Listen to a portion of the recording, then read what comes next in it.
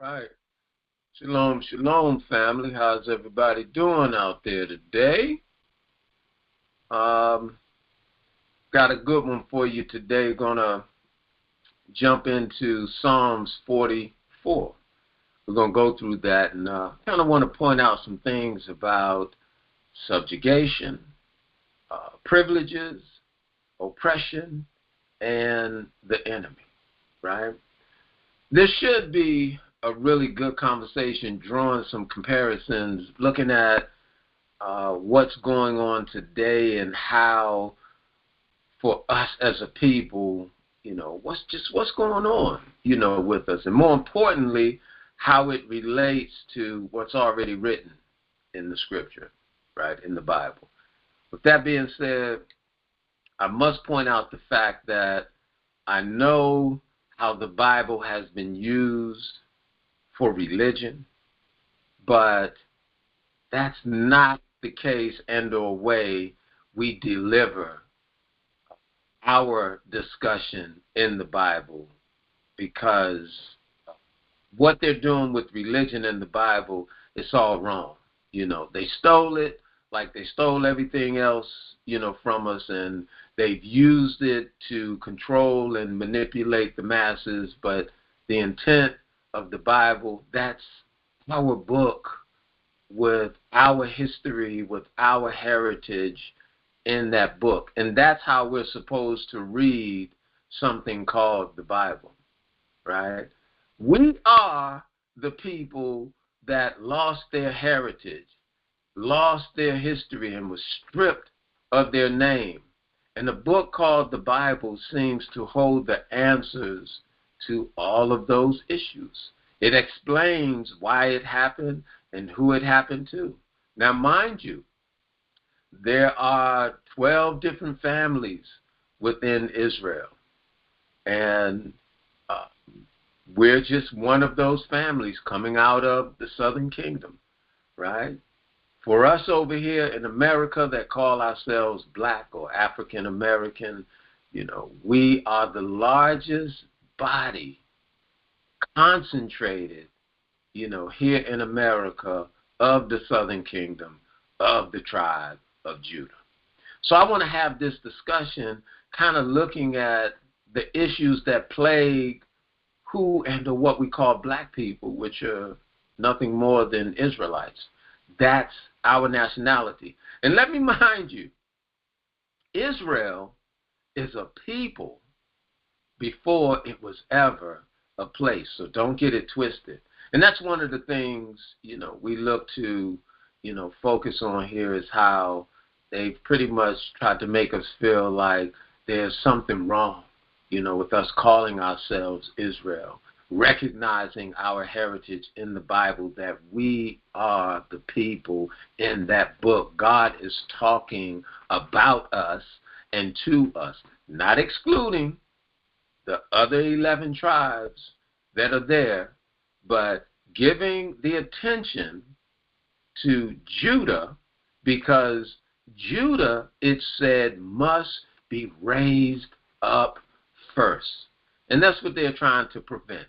So we're going to talk about subjugation, privileges, oppression, and the enemy, right? So first, let me jump off into Genesis 32 and 27 as we talk about Israel, as we talk about Jacob, his name changing to Israel, and what that means, so that we can know Israel is a people before it's a place. It's our nationality, right? It's our heritage.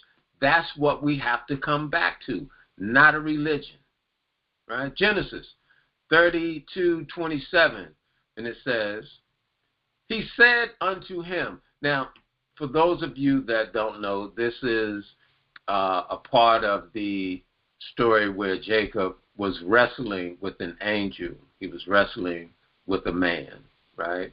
Man, angel is synonymous, right? And as he was wrestling with this man, he, in the end, asked him to bless him. And this is where we find the name was changed from Jacob to Israel. So, and he said unto him, what is thy name? This was the angel talking to Jacob. And he said, Jacob. And he said, thy name shall be no more called, he said, thy name shall be called no more Jacob, but Israel. For as a prince hast thou power with God and with men, and has prevailed. So, as you can see, Israel is a people before it's a place, and it means prince. And as a prince, this people has power, right? We have power with God and with men. Okay? So that's who Israel is. Israel is the prince. As a people, that's who we are. God said that we would be a nation, of kings and priests. Okay? So, let me take you now to Psalms 44 and 1. And kind of what I'm going to do is I'm going to run through, I'm going to run through Psalms 44 and 1 and just kind of, want to deal with this subjugation, privileges, oppression, and the enemy. All right, so Psalms 44:1. We have heard with our ears, O God, our fathers have told us what work thou did in their days, in the times of old. The sad part about this is we've forgotten. We've forgotten what has happened. We've forgotten who our God is. Those things were taken, from us. We have become a destroyed people, right? Number 2, it says, how thou did drive out the heathen with thy hand, and planted them, how thou did afflict the people and cast them out.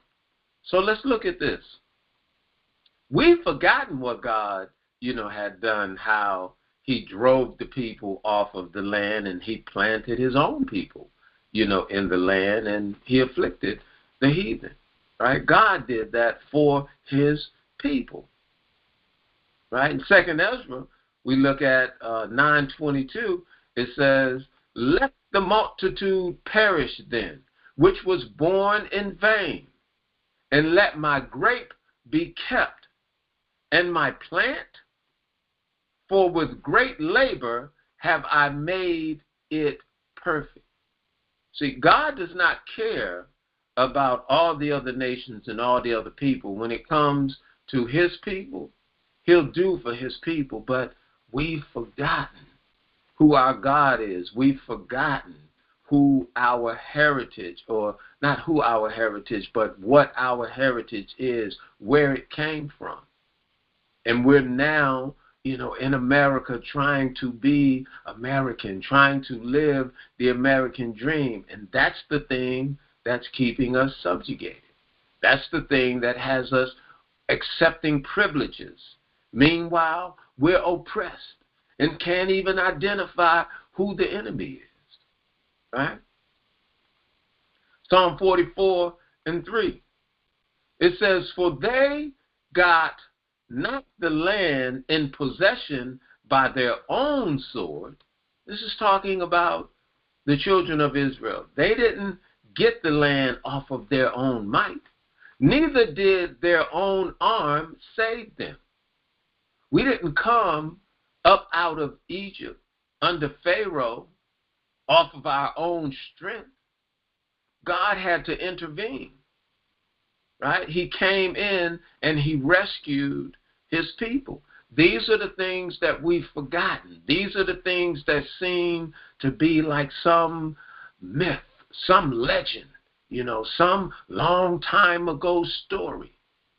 But according to our records, according to our history and our heritage, these are the things that are bound to happen again, because we're still in the land of our captivity. And God said the day is going to come that we're not going to talk about what happened in Egypt, how he brought the children up out of the land of Egypt, but we're going to speak of how he brought them out of the land of north, out of the land of the north, or the north country. And that pertains to us, because we're still in the land of our captivity, although a number of, my people seem to think because of their jobs or their status or the amount of money they have that they're free, right?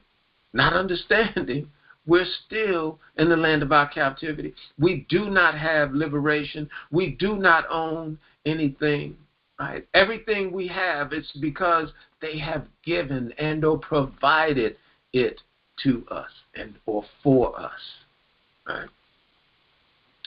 So, it says, for they got not the land in possession by their own sword, neither by their own arm saved them, but thy right hand and thine arm and the light of thy countenance caused thou had favor unto them, right? Because thou had favor unto them, right? Let me read that. Ooh, excuse me. Oh, that was a sneeze. I don't know what happened. Yeah. But let me read that again. I kind of ran over those lines. But for they got not the land in possession by their own sword, neither did their own arm save them, but by thy right hand and thine arm and the light of thy countenance, because thou had favor unto them. Now this favor, it's nothing like what they talk about in this religion today. Oh, I'm highly blessed and favored.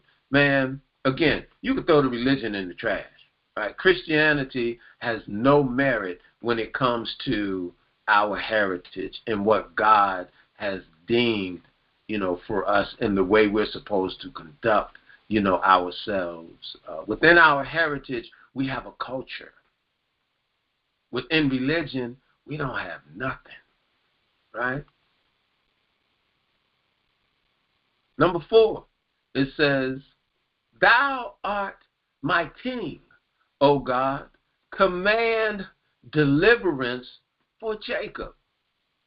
And by the way, here in Psalms, this is King David, our ancestor, King David. This is who's talking. And for those who want to say, that the people of the Bible are some mythical people and it never happened and it's not real, well, I'm just here to tell you, King David and King Solomon, these are real people. These are our ancestors. So do not let these idiots, deceive you into thinking that these are not your ancestors, right? Now I get it. It's not for everybody. I get that part right there. And for those of you that it's not, then you really do need to understand your heritage, and you need to live according to your heritage and not, the American dream. Anyway, thou art my king, O God. Command deliverance for Jacob. That's what we need at this time. We need deliverance, right? For thee, through thee, will we push down our enemies. See, we can't do it by ourselves. This is why you got those folks talking about getting guns and getting money. That's ridiculous. No matter how many guns we have, no matter how much money we have, nothing has changed for us. We need to come back to our heritage, back into the strength to where God is our arm. If God is our arm, then we're successful. But trying to do it on our own, that's where we have failed. We have no faith, no trust in God because we've forgotten. We've been stripped of our heritage. But the voice of the Lord our God is strong in the land today. And his people are being called back to the understanding, staying away from the religion, but coming back to those words as it pertains to the heritage of the people that it was meant for. That's where the power, comes within the understanding of the word. It's similar to, the sword being stuck in the stone. No one can pull it out but the rightful heir. So when it comes to these words in the Bible, it's not working because the enemy has taken hold of it and has used it for his wicked intent and or purpose in creating a religion to deceive the whole world called Christianity. Right? He says, through thee will we push down our enemies. Through thy name will we thread them under. Let me read that again. Through thy name will we tread them under that rise up against us. And when he says, through thy name, I just need you to know it's not saying Yahweh, Yahshua, Yahweh, Jesus Christ. That's not what's being expressed here. And I know we've confused that for so long, but I'm just telling you, man, God is present, and he's giving us the understanding and insight into what's being said in these words. And he did express they can go to all the seminary schools that they want to go to, and they can dress up and look as pompous and as nice as they want. But if he's not revealing these words or giving the understanding, they don't know what the hell they're talking about. But they have all the flair. They have all the institutions. So it make it hard, for a small man such as myself coming up out of nowhere to deliver the message and for you to take it serious and to give it the credit that's necessary. But I'm not concerned with that because God said his sheep will hear his voice. So at that point, if you're his people and this resonates with your spirit, then you're going to hear it, right? Number 6, he says, for I will not trust in my bow, neither shall my sword save me. This is what I'm saying. The guns and the money, that's not going to provide us with liberation. What's going to provide us with liberation is remembering that we are the children of God, coming back to our heritage. I know that just sounds too simple, too easy, but that's the key for us, to walk away from the ways of the wicked and to turn back to our heritage. See, in our heritage, we have a culture, a way of living, a way of being that is different than all the other nations and all the other people that are on the planet Earth. But they took that and they stripped that from us. Furthermore, we went after the other nations, and that caused our downfall as we walked away from our heritage. Y'all remember? Y'all remember this commandment? Honor thy mother and thy father. You remember that, right? But the part that you missed because they turned your mind to focus immediately on the parents in your house. But the broader meaning to that commandment, it talks about your ancestors. The mother and father that you're honoring is the ancestor, looking at what our heritage, the culture, what the customs, what the traditions, what they were, that you continue to do them. So it said, honor thy mother and thy father, that thy days be long in the land. And when we did not honor our heritage, our culture, our customs and traditions, then we got kicked off the land and we were dispersed. And, here we are today in the land of our captivity. Right? So it says, for I will not trust in my bow, neither shall my sword save me. Right? Let's go to Psalms 110 and 5. He says, the Lord at thy right hand shall strike through kings in the day of his wrath. That's our power. And again, I know it seems all made up because we've not experienced it. We've not seen the power of God in our day. We've only felt the affliction, right? We've only dealt with the oppression that God has caused and allowed, for us to go through. So we can't recognize the Lord as our right hand or providing strength and fighting our battles. That sounds like something made up, out of movies and Hollywood and a great novel of some sort, right? A fictional novel. But these things are true. And this is what they fight so hard to keep us from understanding. They keep us in sin because they know that's our kryptonite. And sin only means going against our heritage, going against the way of our Creator.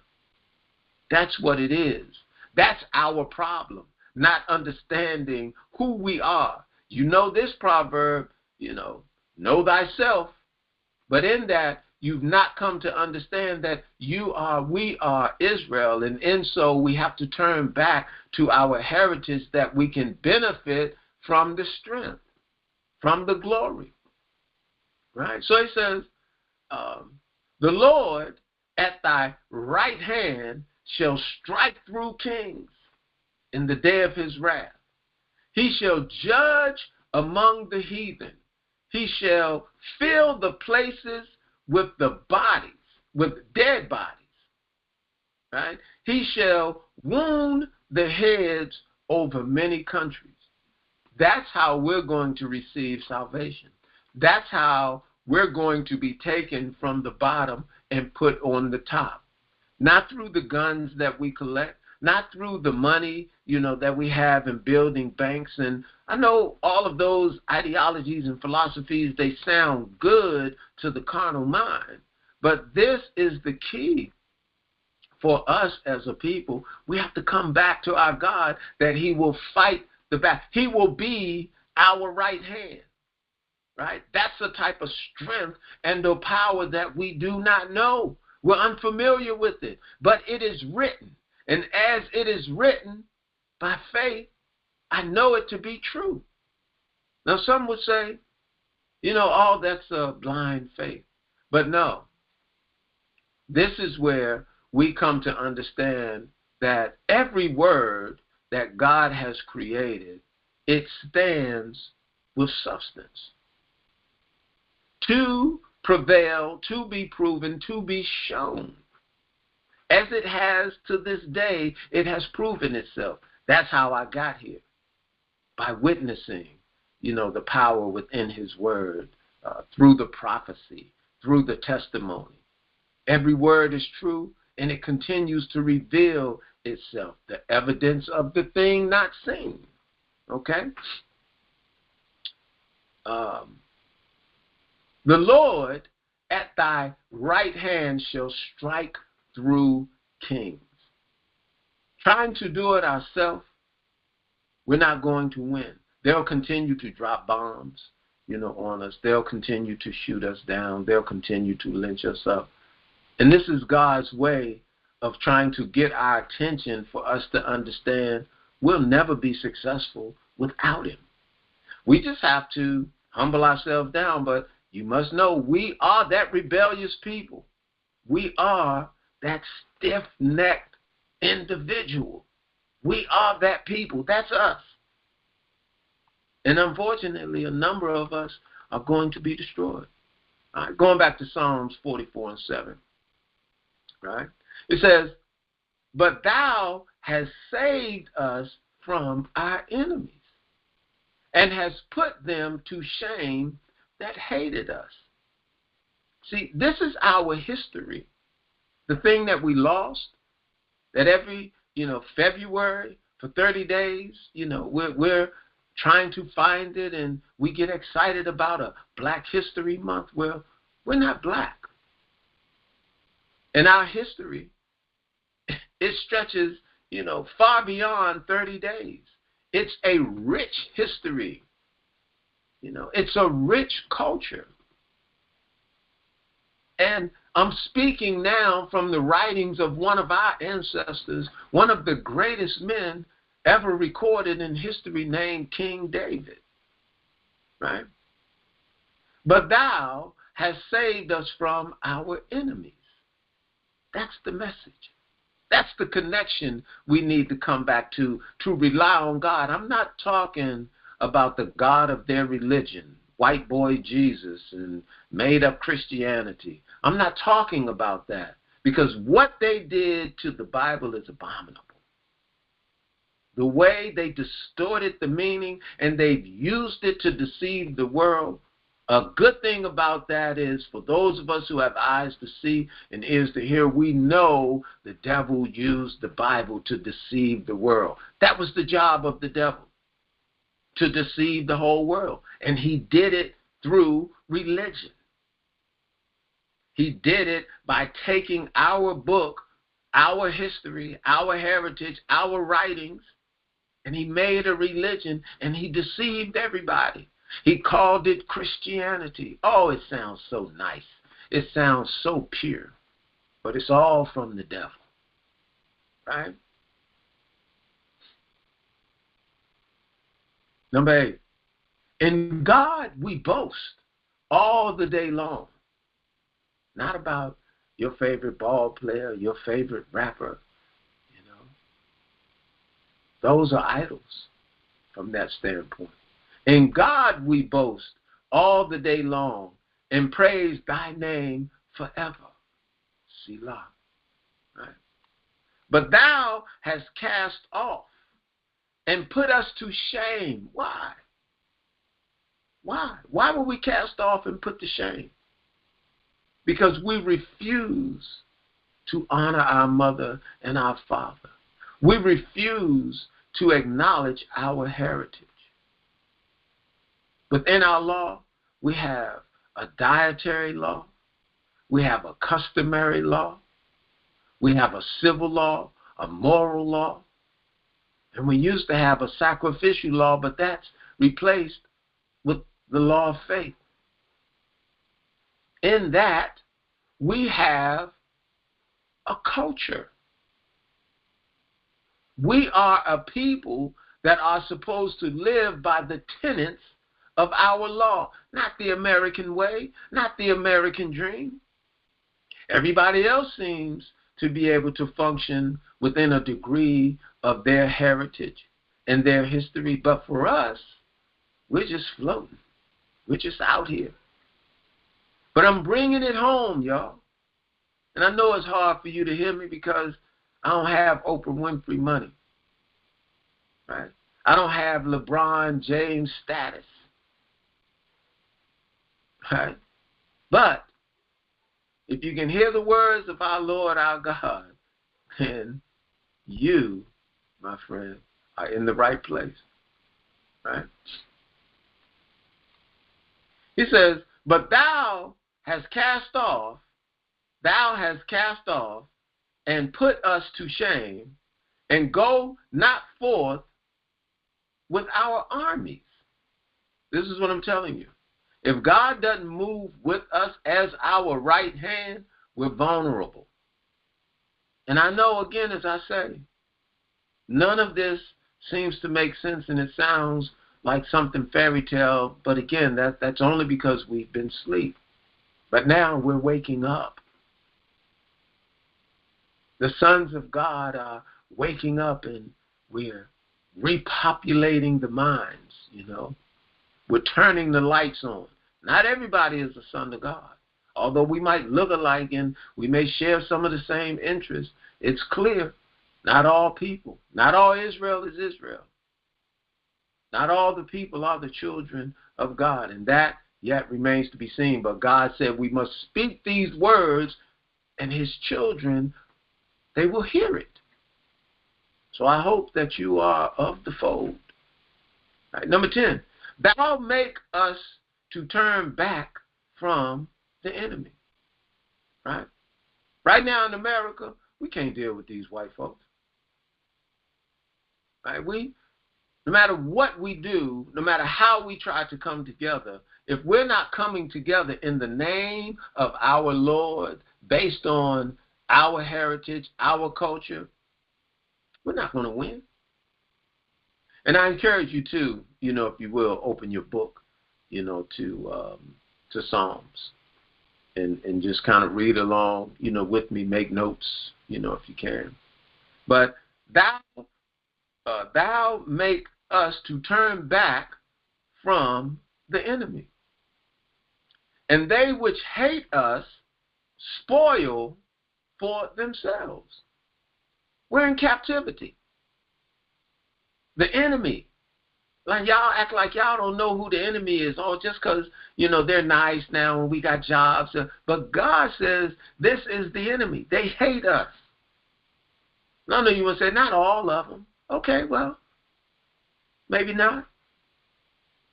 But it doesn't take away from what is. This country is run by the enemy. And we are spoiled for them. We're still in the land of our captivity, y'all. Don't forget that. You're walking around, you're the richest slaves in the world. But we're not in our homeland. You do know that. Number 11. Thou hast given us like sheep, appointed for meat. This is David, saying to God, and he's in this vision. He's having this vision. He's seeing what's happening to his people. Because when David was ruling, he was in control of the entire world. David was king. He was king for 40 years. So what he's witnessing is the downfall of his people. He said, thou hast given us like sheep appointed for meat, and has scattered us among the heathen. Now, David was in rulership. He was king. When he says, and has scattered us amongst the heathen, that means we don't have any power. When you're scattered, see, you're not connected. You're not unified. When you're scattered, you're vulnerable. You do not have any power. This is what it talks about, the children of Israel being scattered throughout the globe. See, we're scattered. Therefore, we don't have any power. And it's for us to recognize our power is the Lord our God. Number 12. It says, thou sell thy people for naught, for nothing, and do not increase thy wealth by their price. Like you sell your people for nothing, and you get nothing in return for it. He said, thou make us a reproach to our neighbors, because we were on top. Now we're a reproach to the other nations and the heathen. We used to rule over all the other people. We were kings. This is what y'all know about our history, that we are a great people. Kings and priests. We ruled the world. That's the thing, but they forgot to tell you it was as an Israelite. It was as God's chosen people. Oh, y'all want to go into the African, folklore and history. Well, if you want to do that, that's all fine. That's all good. But God's people were not Africans. The Africans are of the seed of Shem. Some of us, we look alike. We blended in, but God's people are different. The Africans are from Ham. God's people are from Shem. And you have to distinguish the difference. God does. He knows who his people are. But the greatest people on the planet were the sons of God. That's who we talk about when we speak about how great we were, the kings and the rulers of the earth. Right? He says, thou make us a reproach to our neighbor, a scorn and a derision, meaning we're mocked. It's a mockery to them that are round about us. And that's what you see today in America. We're a mockery. Nobody takes us serious. The way we carry ourselves, the way we talk, the way we dress. You know, we're without culture. We're without our heritage. Look at Maccabees, 2 Maccabees 4 and 15. Just looking at how here in America, you know, we strive to be so American, and you know, we're pushing to get as much of the American dream as we can get, and we're trying to forge a way for ourselves as black people, as African Americans. Man, all that stuff is made up. There's no history for black and or African American people. Our history is in being Israel. Our history is in our heritage, reclaiming it. This is the thing that's written. There's nothing written about black people. There's nothing written about African Americans because there's no land associated with it. There's no history. But we came here, a number of us, we came here through, you know, the devices of torture and slavery. Right? The enemy did that. That was a part of it. That's a part of the prophecy too. That's what makes these words so true. But Maccabees, 2 Maccabees 4 and 15. Not settling by the honors of their fathers. That was us. We didn't settle by the honors of our fathers, but liking the glory of the Grecians best of all, but liking the ways of the Americans best of all. See, God said his judgments are like a ring, y'all. These things are playing over. As they say, if you don't know your history, you are bound to repeat it. And this is what we're doing. We're not honoring our heritage, our history, our customs, right? We are liking the glory of the white people, the Europeans, the Americans, best of all. Whatever they say, whatever they do, it's got to be right. And for that, we suffer. For that, we're oppressed. For that, we continue to be afflicted. Because we can't stop ourselves, hear the voice of the Lord our God that promises us redemption if we turn back to our heritage, our name, our customs, our law, our tradition, the thing that God gave to us as a people. That's what's going to put us back on top. That's what's going to put us back in power, not the guns, not the money. The guns and the money, it's not going to work for us. It's only going to appease your carnal mind and your lustly desires. That's it. All right. Psalm 44 and 14. Thou make us a byword among the heathen. Ain't it true? You know what a byword is? It's like black. It's like African American. This is what makes these words true, because this happened to us. This happened to the children of Israel. This happened to us, Judah. Right? It says, thou make us a byword among the heathen.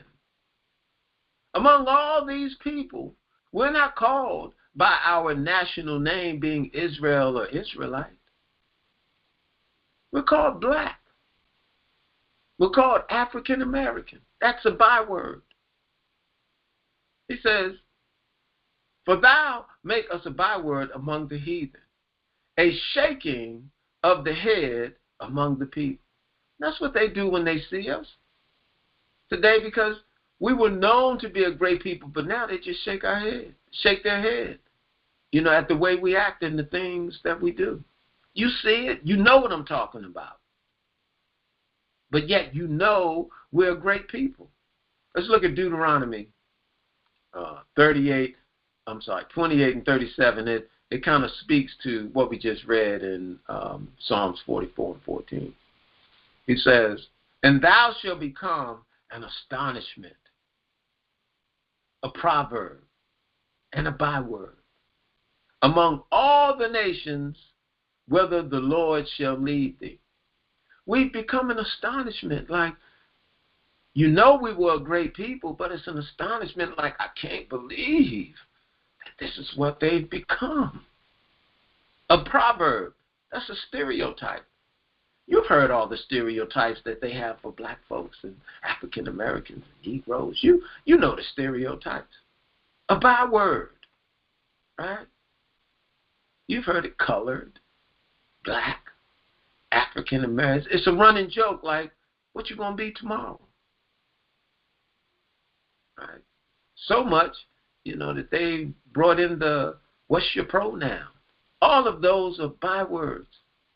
But here's a kicker for you pertaining to the byword.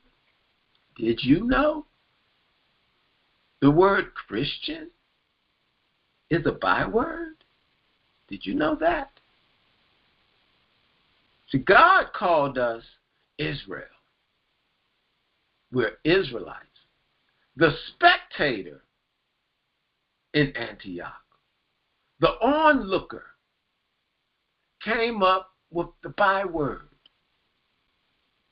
and called our people Christian.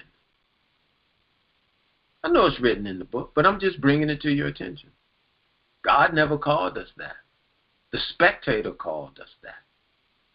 It's still a byword. Can't get away from that, right? But the Christianity, now that's another whole thing. I mean, that's totally made up. I mean, they're playing off of the byword of Christian. But Christian is in the Bible. Christianity is not. Right? That's wholly made up. Okay. Psalms 44 and 15.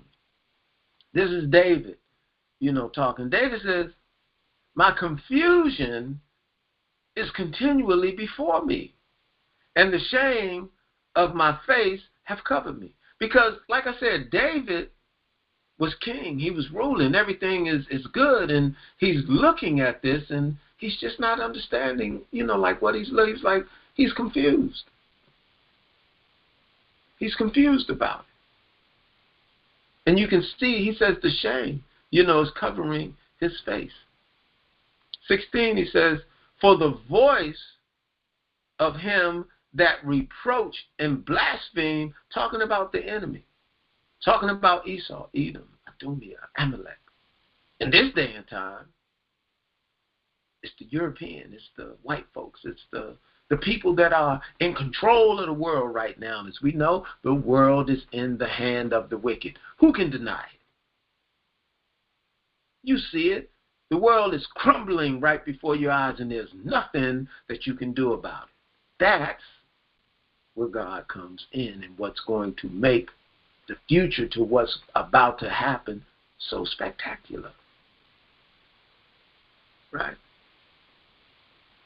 He says, for the voice of him that reproach and blaspheme, by reason of the enemy and avenger. The enemy and the avenger. These are the people that inflict harm upon us. These are the people that systematically oppress us. These are the people that use law, and other devices to subjugate us. This is the enemy. God said the enemy would put yokes of iron on your neck. But y'all got amnesia. Like, y'all just forgot that happened, and, we're going to act like nothing, ever happened. But God is not as foolish. Right? Look at 2 Maccabees 4:16. By reason whereof sore calamity came upon them, for they had them to be their enemies and avengers. Look at this. Whose customs they followed so earnestly, and unto whom they desired to be like in all things. Man, when I tell you these writings are true to their finding, it's just that we've walked away from it, and I get it. I know why you walked away from it, because I stayed away from it. I avoided it until the Most High opened my eyes and put it in front of my face and allowed me to understand I am a mouthpiece. I am a messenger. But I know why you did it, because I used to believe the Bible was the white man's book. I didn't want to hear nothing coming up out of that Bible. I didn't want to hear nothing about no Jesus Christ. And I get it, because they made Jesus some white boy with scraggly hair. They made God in their image and in their likeness. It's all a lie. But I get it. Right? But he says, by reason whereof sore calamity came upon them, talking about us. Sore calamity came upon us because we wouldn't follow our customs and traditions. We wanted to be like them. We're following behind them. We're listening to what they say we should be doing and how we should be living. Right? Sore calamity came upon them, for they had them to be their enemies and avengers. That's who they are. That's what they are. They are our enemies and the avengers, the ones that are causing us the issues. Whose customs, get this, they are our enemies. They're the ones subjecting us, having us in subjugation, oppressing us, afflicting us. But yet, their customs we follow so earnestly. It says, and unto whom they desire to be like in all things. Don't deny it. You see it. You know it to be true. Some folks say, oh, no, not me. No, I don't desire. But look at what's happening in the world. We can act like it ain't true. But our people desire to be like these people. We want their money. We want their style, fashion, right? Their jobs. Whatever they got, we want it. Because this is the world we're living in. Not understanding that's the cause to our problem. The more of our people we push into it, then the more it promotes for it to continue going. But it's only going to go for so long. And God says, for those that can't separate us, he said, come out of her, my people. If you don't know what that means or how to distinguish the difference in how you do that delicate dance, then you're going to be trapped. Furthermore, you're not God's people. As he said, come out of her, my people. The issue is, are you his people? Let me finish this Maccabees, right? He said, and unto whom they desire to be like in all things. Number 17, it says, and for it is not a light thing to do wickedly against the laws of God. It's not a light thing to do wickedly against the laws of God. We were given the laws of God. Jacob, Israel. We were given the statutes and the judgments. Nobody else. We were given the law of life for a heritage. Nobody else. That's what makes us special. That's what makes the children of God different. These are the things that they're hiding from us. But we are the people of the book. These are our ancestors: Solomon, David, Samson, Jesus, Daniel, Ezekiel, Isaiah, Jeremiah, Nehemiah. These are our ancestors, right? For it is not a light thing to do wickedly against the laws of God, but the time following shall declare these things. But the time following shall declare these things. It's looking at, it's not a light thing to do wickedly, but that's what we're doing. That's all we're doing. The time following will declare these things. Right?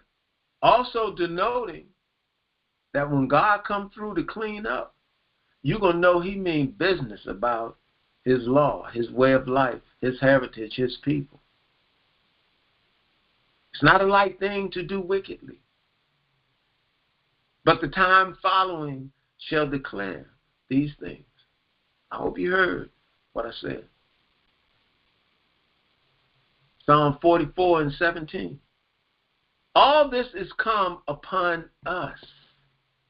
All of this is come upon us. Do you understand? It's affecting us. We're the ones that no matter where we go, what we do, we just can't seem to get a leg up. Yeah, you might get one or two to break through, but if your people are down, you're down. Ask Kanye. Ask LeBron. Ask Kyrie. Ask, although I'm not even going to say it, but, ask some of these individuals that have hit the money mark, but they can't seem to deal with any true influence and or power. Because your people are down. And if your people are down, then you're going to be down. You may have something over your people, but in the eyes of the rest of the world and amongst the other nations, you're nothing. You're down. That's the trick. Thinking with this money you can buy your way out of it, or you can be like them. I mean, we just read it in Maccabees. Want to be like them in all things. We've fallen for the trick, thinking their prestige is going to be some glory for us. Right? Psalm 44:17, it says, all this has come upon us. Yet have we not forgotten thee? Neither have we dealt falsely in thy covenant. See, remember, David is having this vision. And he can't understand really what's going on. He said, all this has come upon us. Yet we have not forgotten thee. Neither have we dealt falsely in thy covenant, because David is in control. He's ruling and he's doing what needs to be done. And, he's perplexed by what he's looking at. Right, number 18. Our heart is not turned back, neither have our steps declined from thy way, because, like I said, David is king. He's doing everything he needs to do, in the name of Israel, right? Though thou hast sore broken us in the place of dragons. Man, I know it's hard for people to keep up, with this. And a lot of people say, I can read for myself. The issue is, yeah, they've taught us how to read, but when it comes to reasoning and comprehending, a lot of us don't know how to reason, don't know how to comprehend with respect to what we're reading. Furthermore, when it comes to these writings, you can have all the education in the world. God said if he does not reveal this stuff to you, you're not going to understand it. You're not going to know it. Right? So here, our heart is not turned back, neither have our steps declined from thy way. Right? Now, the semicolon there, we're kind of switching it up. Right? Though thou hast sore broken us in the place of dragons and covered us with the shadow of death. I'm telling you, man, this being the prophecy, David seeing what he's seeing in this day and time, that applies to us. The place of dragons, that's right here, America. It's ruled by the wicked. The place of dragons, these are demons, these are devils. They're not ruling the world, in righteousness and through God's way. No, they're dealing and dancing with their father, the devil. That's what they do. I'm not mad at them. God has allowed it, but it's just for a short time. We're here in the shadow of death. Everywhere we move, right? It's not safe. Our people are at risk of any and everything. Right? We're followed by the shadow of death, looking over our shoulders. Can't even walk down the streets within our own neighborhoods, afraid of our own people. Ecclesiasticus 34 and 4, it says, of an unclean thing, what can be clean? Right? Looking at America, man, ain't no good gonna come out of this place. It's the place of dragons. It's an unclean thing. Nothing clean is going to come out of it. Then it says, and from that thing which is false, what truth can come? So you look at America being a made-up place. And then you look at the religion that these folks have created called Christianity. Now, one of the biggest lies that people then try to sweep under the rug like it's no big thing. It's like, hey, that's just a small thing. But he says, what? He says, and from that thing which is false. Let's not forget that. The thing is false. He says, what truth can come? When they put a white face on Jesus, man, that was all I need. To know that a thing that they call Christianity is a lie. How many other lies are you going to find, within that? But that's the one that stands out like a beacon. So now they want to put a blanket, over it and try to, it don't matter in color, doesn't matter. But there's so many other problems associated with Christianity because man created it. God did not create Christianity. And yes, Christian is in the Bible, although it's a byword.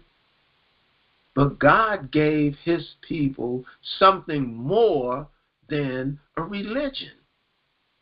He gave his people a heritage, a way of life which America's not living according to the heritage of God. They took the book and the writings and created their own paradigm, their own way of being so that they could control the world. That's what they're using our works, our history, our culture. They're using our stuff to benefit them. It's only for a short period of time, though. This is why the call is going out that we got to wake up, we got to come back to the promises that God made, for us, that we can live through these things and understand this is not a fairy tale. And I know everybody is not going to hear it. I mean, I get it, right? But our strength, as we see, God keeps saying, the reason we're having these problems, the reason we're being afflicted, the reason we're oppressed, the reason we have to keep going to our enemy is because we've turned away from our God. who is our power. And that thing called sin, that's our kryptonite. They know it. That's why they keep us relishing in it. Every time we turn around, they're offering us something even more sinful. Right? So let's look at Psalms 44 and 20.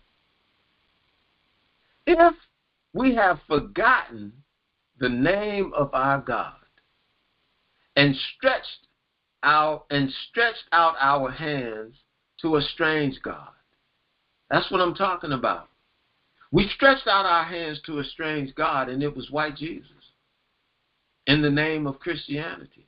And you can't just gloss over that like, oh, that ain't no big thing. And but we're focused on, Christianity as the religion. I'm just saying, nothing clean can come out of something that's unclean. No truth can come out of something that's false and or made up. And every religion on the planet Earth was created and made by man.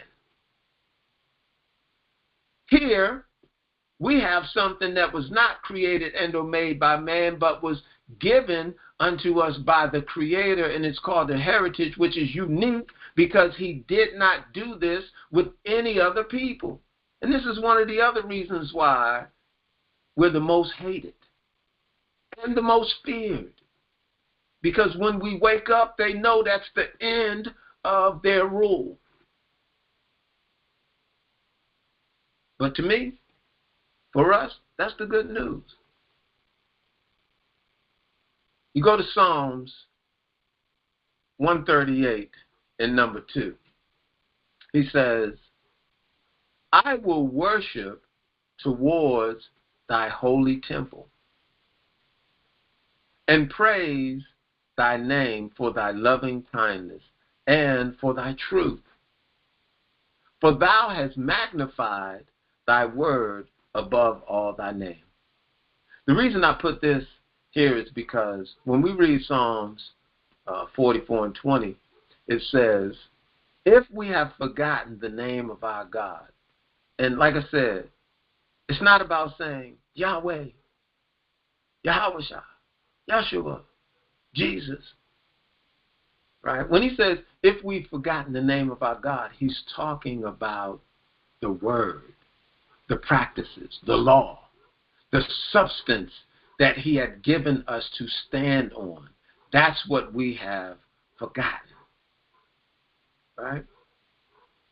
And he says, if we've forgotten that, or stretched out our hands to a strange God, like white Jesus, that's a strange God. Has nothing to do with us as a people and our heritage, but Yahshua, Jesus, he's a real individual. He's one of our ancestors. Not about to get caught up on the different names, because all of the names, for that matter, have been Americanized with an English twist. Each and every last one of them. So if you got a problem with it being Jesus, then you got a problem with it being Moses, Isaiah, Daniel, Samson, David. You got a problem with all of it. But that's your problem. But he said he magnified his word above all the name. That means forget about all the name, but look at the underwriting. Look at the body of it. Look at the tenets of it. Look at the principles associated with the moral law, the dietary law. See, that's the thing. We have a dietary law that we ignore because we want to do like everybody else. We want to follow after all of the customs and the traditions of the Americans, but we have a dietary law. We have a customary law. Right? We have a civil law. The thing that says how we're supposed to treat each other when he says, love thy brother. The only way we can understand how to love our brother is understanding what's in our civil law, not what's in the law of America. The United States codes and all these other things that they have out here that's available, that's not for us to, be all wrapped up into. I mean, we have to follow it to live by it to understand it, but that's not for us. Right? But I will worship towards thy holy temple and praise thy name for thy loving kindness and for thy truth. That's the thing that we're supposed to look at and focus, on, is the holy temple. Turning our way towards our homeland, depending on, where you are. Our homeland, our capital, that's Jerusalem. Yeah, they got it. They're occupying it right now, but that's all temporary. We're supposed to turn towards our homeland. His word is magnified above all his name, right? So Psalms 44 and 21, it says, shall not God search this out? For he know the secrets of the heart. Yea, for thy sakes we are killed all the day long. We are counted as sheep for the slaughter. We are killed all the day long. We are counted as sheep for the slaughter. As long as we stay away from our God, as long as we stay away from our heritage, not knowing what it means to honor our mother and father, all the day long, we're going to be sheep for the slaughter. Then Daniel says, awake, why sleep thou, O Lord? Arise, cast us not off forever. What Daniel is saying, he's looking at this and he's saying, God, act, do something.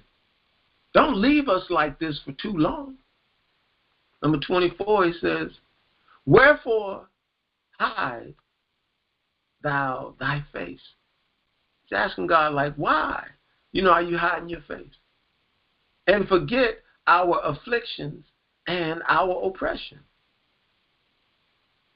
This is David's question. I may have said Daniel, but this is David's question. Why hide your face? Why forget our afflictions and oppressions? But God said he was going to do this until we turn back to him, until we realize nobody's going to help us. There's no cavalry that's going to come in. We can't get enough guns. I mean, as you've seen throughout history, they've killed all the so-called, black leaders, and, they've crushed, every bit of black unity that seemed to come about. We can't get enough money. We can't buy our way out of this thing.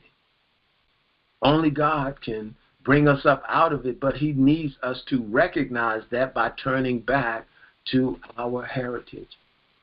Why hide thy face? Forget our afflictions and our oppression. He's saying, wake up, do something, right? He says, number 25, for our soul is bowed down to the dust. Our belly cleave to the earth. We're down low. We're as low as you can get. We're at the bottom. And we're supposed to be on top. Right? He said, arise. Arise for our help and redeem us for thy mercy's sake. David is looking at this and he can't understand it. Right? He's like, arise. He's like, help us, redeem us for thy mercy's sake. Isaiah 14 and 1, it says, for the Lord will have mercy on Jacob and will yet choose Israel and set them in their own land. And the strangers shall be joined with them, and they shall cleave to the house of Jacob. Y'all check this now. And the people shall take them, the people being the children of Israel, and bring them to their place. And the house of Israel shall possess them in the land of the Lord for servants and handmaids. And they shall take them captive, whose captives they were. And they shall rule over their oppressors. That's the good news. This is the thing they will never talk about in your black church and or your religion of Christianity or Catholicism, because the white man is going to rule you here on earth, and he's going to rule you in heaven according to their doctrine as well, right? But none of these things are true, right? So, but you look at this. God is going to have mercy on Jacob. He's still going to choose Israel. He's going to set us in our own land, and all the other heathens that are around us, they're going to cleave to our house, to our way of being, to our culture, to our lifestyle.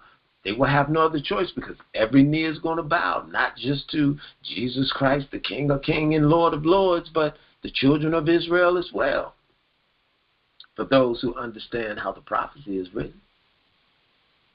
That's what makes it so scary for these folks today, realizing, oh, the niggas are on the bottom of the day, but if they wake up, they're going to be on top, and we're going to have to answer to them. You know, we are the ones that have taken them into captivity, but they're going to rule over us and oppress us. That's what they're trying to prevent, but it's inevitable. God is going to have his way. They can try to omit and change as much as they want to, but it's not going to work for them. He said, and the people shall take them and bring them to their place, and the house of Israel shall possess them, meaning all the other heathens. In the land of the Lord, see, the Lord is going to take us up out of America. As he said, the day is coming that we're not going to talk about what he did for, how he brought his people up out of Egypt, but we're going to be talking about how he brought us up out of America, which they call, the North Country, or the land of the North. We're going to be talking about that. He's going to put us in our own land. Right now, they call it the state of Israel. And mind you, our land is way more vast than that small parcel of land that they call the state of Israel. And I said it before, and I'll say it again. The Bible talks nothing about a state of anything. It is the kingdom of Israel. But mind you, those folks over there, they're doing right. They just playing their part. Right? And they can't call it the kingdom because they know they have no part in the kingdom. So let them continue to play the part within the state. And when God comes, he's going to clarify and fix it all. Right? For servants and handmaids. And they shall take them captives, whose captives they were. And they shall rule over their oppressors. That's prophecy. Hadn't happened yet. But every word of God is true. And that's what's happening as we're watching the world around us crash. Nobody can stop this landslide. The wars and the rumors of wars. You see Putin coming down the back door at Florida into Cuba with nuclear submarines and warships. And man, this thing is about to hit the head. And a lot of people, the bodies are going to pile up because y'all not paying attention. Y'all searching after the things of the heathen. Right? Job 9:24, it says, the earth is given into the hand of the wicked. This is what it says. The earth is given into the hand of the wicked. You look at Psalms 82:24. Deliver the poor and needy. Rid them out of the hand of the wicked. Now, mind you, when it says the poor and the needy, it's not talking about, your physical status. This is your mind state, because we've been stripped, of our way of being. We've forgotten, our heritage. That's what makes us poor and needy. We're without our strong arm, our Lord, our God. We have attached ourselves to a strange God. Therefore, we're powerless. But the earth has been placed in the hand of the wicked. It says, deliver the poor and the needy. Rid them out of the hand of the wicked. They know not, neither will they understand. For they walk on in darkness. Get this, y'all. All the foundations of the earth are out of course. Now, all the foundations of the earth are out of course because we're not in our proper place and or position. The wicked are ruling the world today, but if we were in our proper place and or position, then the righteous would be ruling the world. But the righteous have fallen, and we're being oppressed by the wicked. Masterfully written and tailored through the words of the prophecy that we can understand in this day and time what's happening to know what it is that we must do to correct the problem. The solution is here because we've tried everything.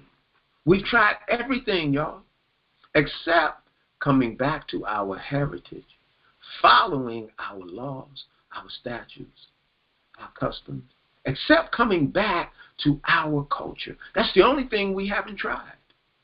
That's the only thing we haven't tried. Everything else, we've done it. And we failed. But he said, all the foundations of the earth are out of course. And that's because we're not in control. Then he says, I have said, ye are gods, and all of you are the children of the Most High.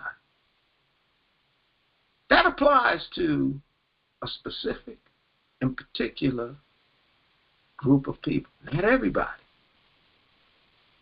But for those that are the children of God, the earth is out of course because we're not in position. The earth is in the hand of the wicked right now because we are walking in darkness. We have not come to understand that we must turn back to our God. We must reclaim our heritage and not be fulfilled within the American way. It's not going to get us anything good. You're going to get some money, but you'll never get liberation. All right.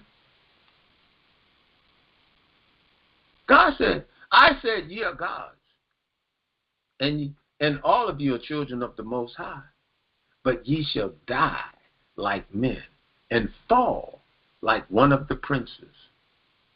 He says, arise.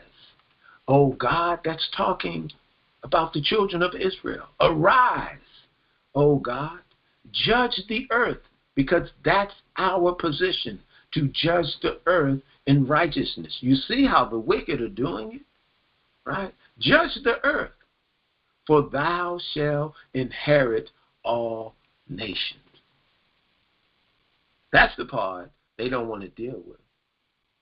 We're going to inherit all nations. Why are we inheriting all nations? Because that's what it's going to require in order to rule the world in righteousness. Like right now, the white folks have inherited all the nations because they rule the world. They run everything. So they've inherited all the nations.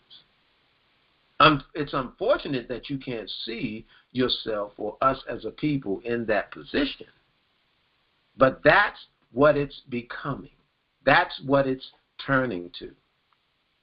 Right? And we just read it coming up out of Isaiah 14 and 1, where it talked about we were going to rule over our oppressors. Right? Second Ezra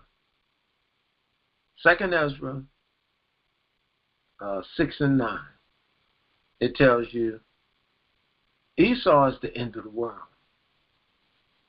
And it tells you Jacob is the beginning of that which follows. Right? So the white folks are in control of the world now. The world is in the hand of the wicked. But Jacob is the beginning of that which follows. So the world is crumbling. Everything is falling right now. We see it collapsing before our eyes.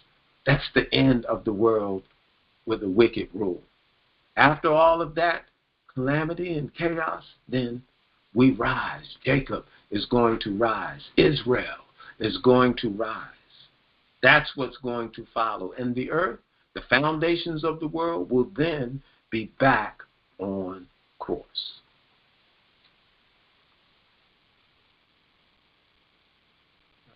Now, just a couple of other verses I wanted to add, to this. When you look at Ecclesiastes 4:1, he says, "So I returned and considered all the oppressions that are done under the sun." This is King Solomon, right here. Right? The wisest man ever, King Solomon. "So I returned and considered all the oppressions that are done under the sun. And behold, the tears of such as were oppressed," considering his people. "And they had no comforter." That's where we are today. We don't have any comforter. Right? "And on the side of their oppressors, there was power." That's what we're talking about right now. That's the disadvantage. They have all the power. That's why money and guns don't benefit us. We're powerless. It says, but they had no comforter. This is what King Solomon saw as it pertains to his people. The heathen, the one that God, said would be under our rule, is ruling over us, and they have all the power, and we have no comforter. Right? Then you look at Daniel 8:24. It says, "And his power shall be mighty." Now, this is not talking about the power of the children of Israel. This is talking about the wicked. This is talking about Esau, Edom, Idumea, Amalek, the rulers of the world today. Check it now. "And his power shall be mighty, but not by his own power." So look at this, because we get our power from the Lord our God. So let's understand how they're doing it, where they get their power from, right?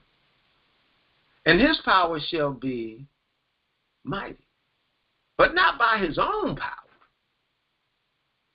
And he shall destroy wonderfully." Don't they, y'all?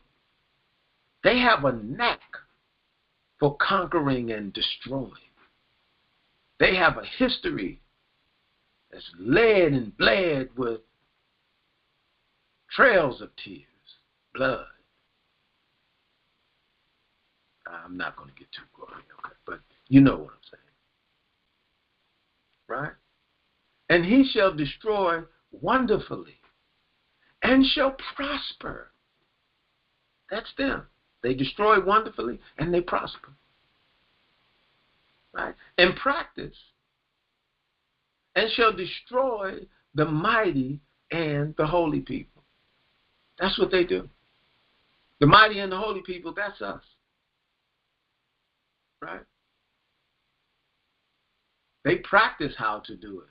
They become proficient at it, destroying the mighty and the holy people, because they keep us in sin. They know what our weakness is, so they've built an environment, or they've built a world that's centered around transgression to keep us weak and vulnerable.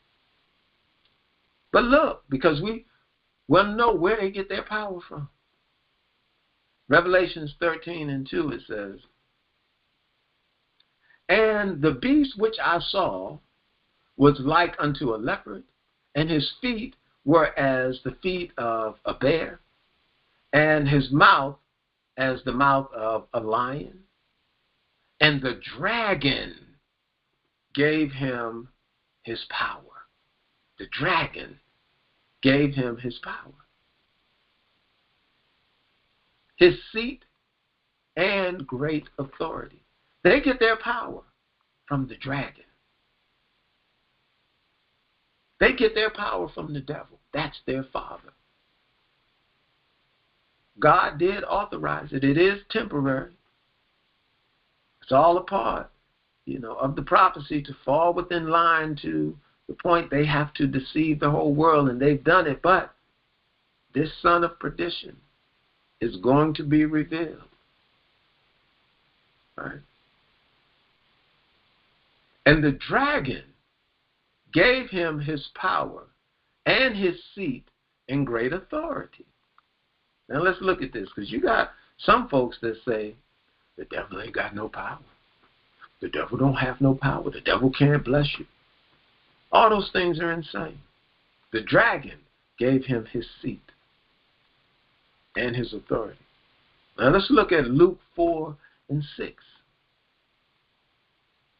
"And the devil said unto him, All this power will I give thee, and the glory of them." See, the people that serve the devil today, they have power, they have influence. It looks like some degree of glory, and a number of us, we're chasing after it and don't even understand what we're chasing after. Right? He says, "All this power will I give thee, and the glory of them, for that is delivered unto me, and to whomsoever I will give it." This is what I'm telling you. The devil has power to give and to dish out. And that's what he's doing. So when you see throughout this world, people are coming into position and power, you better understand how they got that power. He said, "And the devil said unto him, All this power will I give thee, and the glory of them, for that is delivered unto me, and to whomsoever I will give it." This is what we're saying. The world is in the hand of the wicked. But you must know, the earth is off kilter. It's off its course. Because we are not in our rightful position to act as the gods on earth, to judge the earth, right? That we're in control of all the other nations and how things are supposed to go. Like right now, we see the white folks, that's what they do. They have all the policies and everything, and like we say, it's crumbling. It's not working. You see it's not working, and every time they say it's going to get better and they issue out hope, you all know it's getting worse. For over 200 years, they've been saying it's going to get better, and it's drastically getting worse. But that's all a part of the delusion. God said if you won't accept the truth, then he's going to send you a strong delusion. And in this, as I close, we remember, right? God said we are gods. Not everybody. Not everybody. Sounds good, and folks want to beat their chest and say, "What's up, God? I'm a God, you're a God." No. But there's a certain responsibility that comes with that, to where you have to know what the heritage is. You have to know what the culture, the customs. You have to know these things. Otherwise, you're just talking. But in the end, we're going to judge the earth. Right now, they're having their chance, but as it crumbles and our King returns and we be raised up into the power of position, it's going to be our job to judge the earth and those who speak against it. You don't know what's written. You're full of religion. You're full of the thing that's false. No truth will ever come from it. You're dealing with a strange God. You have the doctrine of devils, and you're influenced by seducing spirits. That's what it is. But this says, 2 Ezra 6:9, and I close with this. For Esau is the end of the world. And this is what we see, the end of the world. But all this end of the world only means they're losing power. It says, and Jacob, being Israel, is the beginning of that follows. Jacob is the beginning of it that follows. So that's the good news, you all. The dark ages are returning with a formidable force. So salvation is for us to be delivered from our enemy, from the oppression. So this is how, today I wanted to talk about being subjugated, accepting the privileges, being oppressed, and it all coming from the enemy. But their time is up. Our time is coming into place. But God is now gathering his people. So this message, if it in any way resonates, with you, then keep moving, keep learning. All right? Get out your pen, take notes. Let's build. Let's talk about what it means to reclaim your nationality, to know what it is to live within your heritage, to not want to be like them, but to come back to what God has provided for us as a people. Why give that up? For what? I won't do it. With that, I say shalom.